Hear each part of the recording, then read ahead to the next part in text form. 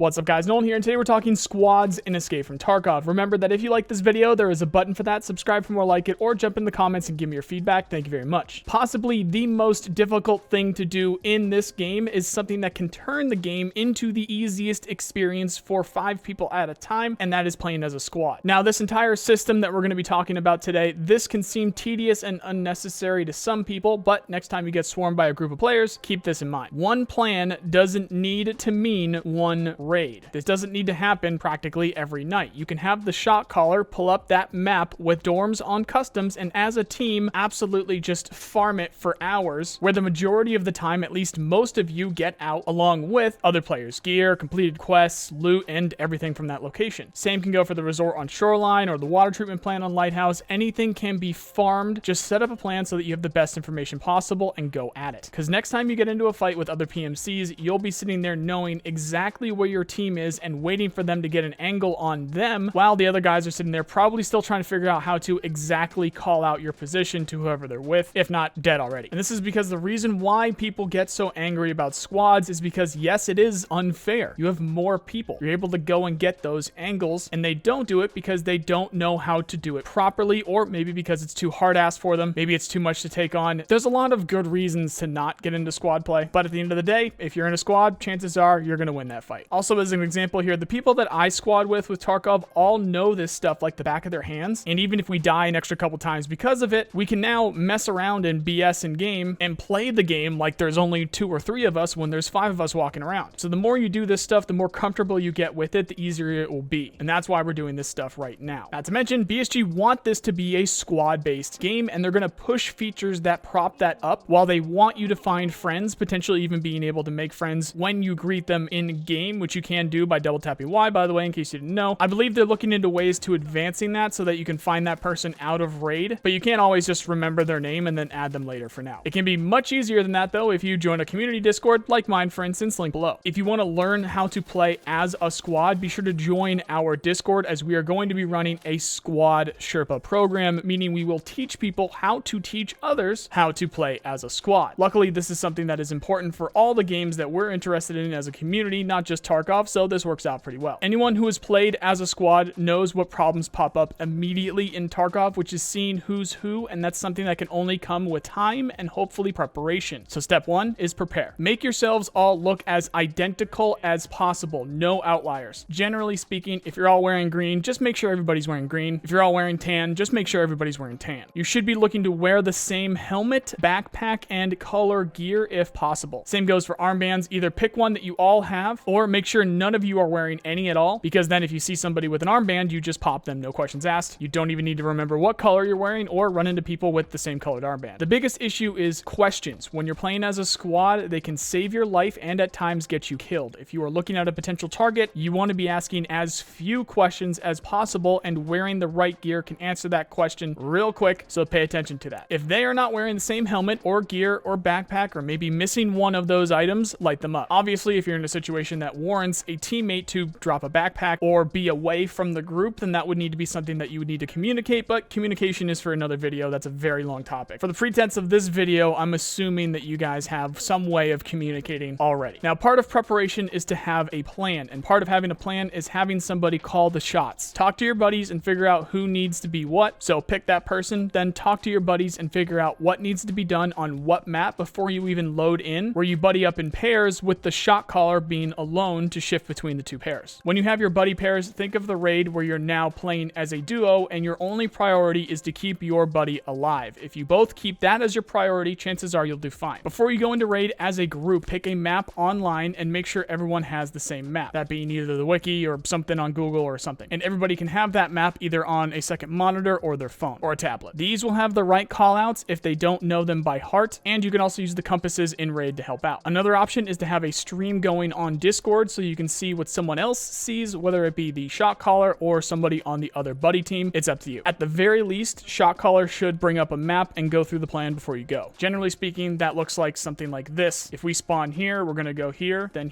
use that extract. If we spawn here, we're going to go here, here, and then use that extract. Does not need to be super detailed, but you can go into more detail if you'd like. We'll get into that more later. When you take on buildings, and just squad movement in general is another video topic, but TLDR, when you take on buildings, ideally only one buddy buddy pair will move into that building while the other buddy pair and the shot caller watches from outside for any third-party groups that might be coming up on you. It'll be up to the shot caller if they themselves want to go into that building or to send the other buddy pair maybe into another entrance or something. Depends on the building, really. And again, that's why it's a topic for another video. But if we had one buddy pair go into the building while the other buddy pair and the shot caller stays outside, they again can watch for any third parties or possibly get angles on any potential threats inside that building. While the buddy pair that is clearing the building is clearing the building, they are going to be the only people talking unless someone else sees a threat from outside to keep communication clear. As you move through the raid, the shot caller pays attention to the big picture, moving from location to location and keeping everyone calm as you move through the map and finally to the extraction. If you want, you can plan ahead of time to only hit one building at a time for each map to keep the questions to a minimum. Perfect example being, again, 3-story dorms like customs. There's plenty of loot there. You're going to find plenty of players there. So if you guys really nail that location, it can be very profitable to you. So depending on where you spawn as a group, you move to 3-story, set security outside, decide whether or not you want to move in, then decide how to move in, whether it be both teams on separate floors or separate entrances. Again, whatever the shot caller or group wants to do depending on the situation. If you get really good at this, you can even plan down to a time where at, let's say, the 10-minute mark, you know where someone on your team will be exactly. So if you hear somebody in the bushes over on that random corner outside the building, you know you can toss a grenade over there and there won't be any issues. We all know how long a raid takes. We all know where the spawns are going to be. We all know the size of the map. We all know, generally speaking, how many players should meet us there at what time. And we can know every inch of that map if we want to. It is all there for you to plan, coordinate, and prepare with your friends. Preparation is key, and it's just one step of many to getting good at playing as a squad. If you do it right, it lines you up for very easy raids ahead. This is just a portion of what a squad Sherpa will teach you how to do in game, and that's what we're currently setting up right now in my Discord. So again, if you're interested, link is below. More videos to come like this, but that's going to do it for today, guys. If you like this video, there's a button for that. Subscribe for more like it, or jump in the comments and let me know what your feedback might be. Follow me on Twitter or join the Discord, both linked below. If you like what I do with Tarkov, chances are you'll like what I do with other games. Check out those channels right here. Otherwise, thank you very much for watching, and I hope you have a nice day. See you guys.